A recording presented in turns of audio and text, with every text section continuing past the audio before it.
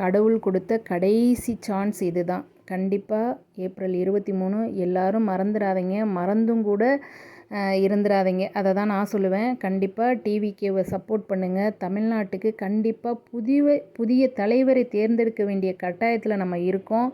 மறந்தும் கூட வீட்டில் உள்ள பெரியவங்களுக்கு புரிய வைங்க. எல்லாரும் இப்போ உள்ள ஜென்ரேஷன் தெளிவாக இருக்காங்க. எனக்கு தெரிஞ்ச வரையும் இப்போ உள்ள ஜென்ரேஷன் எல்லாருமே டிவிகேவை தான் சப்போர்ட் பண்ணுறாங்க.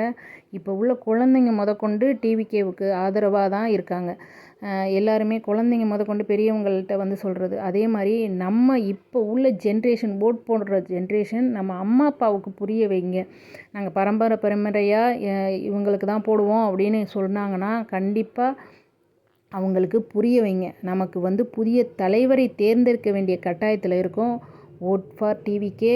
ஒரே ஒரு தடவை அவருக்கு சான்ஸ் கொடுப்போம். Vote for TVK.